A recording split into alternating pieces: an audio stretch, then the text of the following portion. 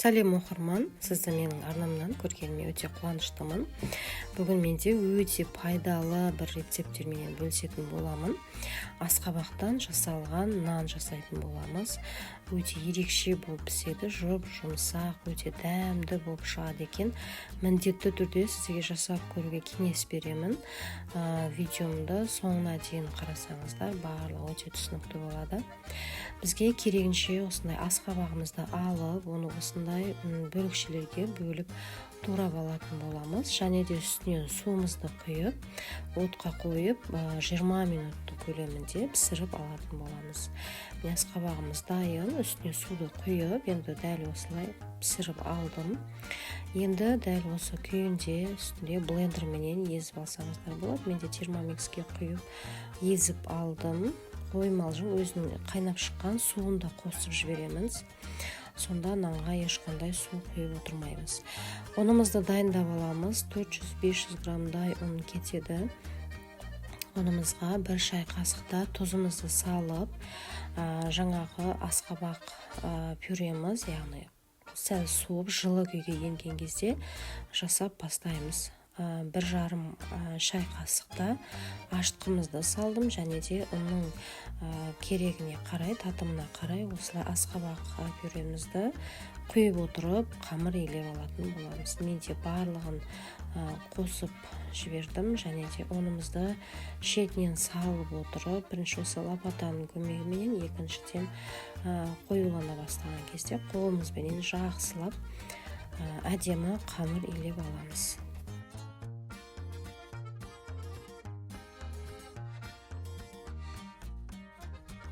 Қамырымыз дайын, неге жұмсақ болып аштық. Енді оның бетінен кішкене целлофан қоямыз, және де бетін қатталап орамалменен жылы жерге 25-30 минут көлемінде ашытуға қалдырамыз.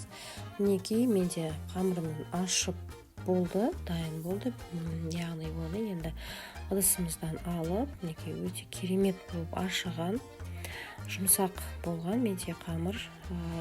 Егер қаласаңыздар, ұнды көбірек етіп, сәл қаттылау етіп жасап алсаңыздар да болады. Енді менде осындай бір зола үлкендеу көлемінде алып қалдым.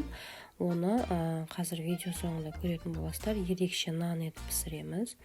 Және де осылай 3-4 күлше етіп пісіремін. Соған 4 бөлікке бөліп дайындап алдым. Және де біреуін өріп дайындайтын боламыз. Нанымыздың дәмі өте керемет болып шығады.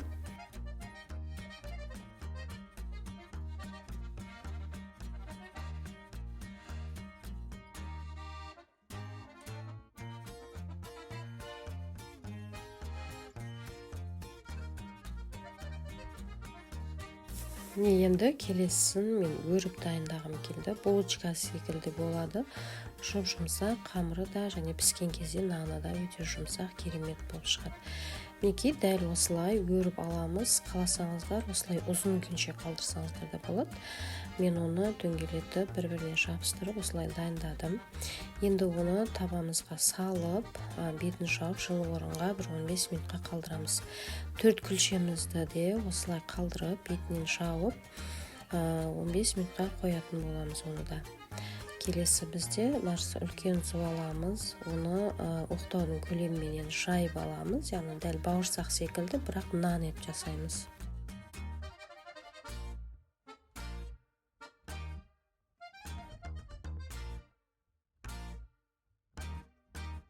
Дәл осылай күнделікті болмаса да, арасында осылай асқабақтан нан жасап тұрсаңыздар болады. Өте керемет болып шыққан. Достар, видео ұнап жатса, лайк басып, комментарий бөліміне өз пікірлеріңізді қалдырсаңыздар болады. Және де менің каналыма тіркелмеген болсаңыздар, тіркеле кетіңіздер.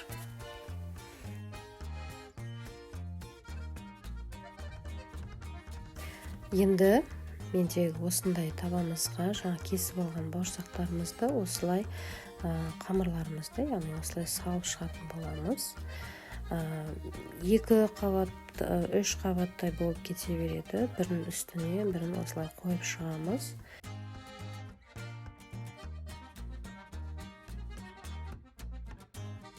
Бұл қамырымызды да 15 минутқа бетін жауып жылы орынға қалдырамыз. Мінекей 15 минутта осылай көтеріліп шығады. Енді оның бетінен жұмыртқамызды жағып шығамыз. Құры жұмыртқа немесе сүтті араластырып жіберіп жақсаңыздар да болады. Асқабағымыз өзі сары түс болғандықтан іші де сондай сарғыш болып өте әдемі көрініп шығатын болады. Енді барлық жеріне осылай тегістеп отырып жұмыртқамызды жағып шығамыз. Және де менде бетіне күнжіт септім. Қаласаңыздар асқабақтан жасалған нан болғандықтан асқабақ дәндерінде тастап бетіне сеуіп шықсаңыздар көрінісі де өте әдемі шығатын болады.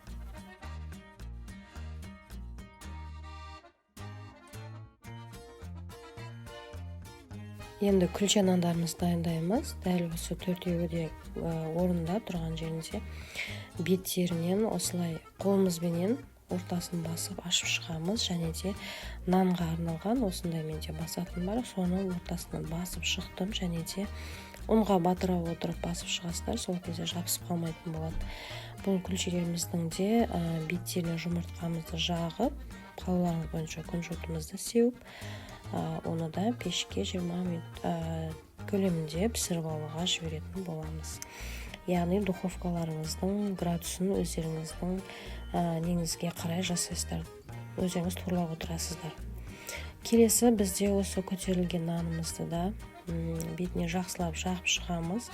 Бетіне жағылса болды, арасын барлығына кіру шарт емес, көтеріліп өзі бірдей болып кететін болады. Мінекей тегістеп барлығына жауып шығамыз. Және де бұның да бетіне қалауымыз бойынша күнжіттарымызды сеуіп пісіруге жіберетін боламыз. Мінекей менде пісіп шықты. Өте керемет қып-қызыл болып, әдем болып пісіп шыққан. Видеода сәл қаралау болып көрініп қалыпты, бірақ қып-қызыл болып, өте керемет болып пісіп шыққан. Мінекей өрілгеніміз және күлше нандарымыз барлығы да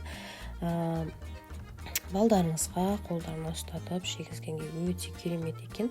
Мінекей нанымызды ортасынан кесіп көрсеттім. Жұмсақ, ортасында барлығына ұнады. Арасында осылай жасап беріп тұрсаңыздар болады.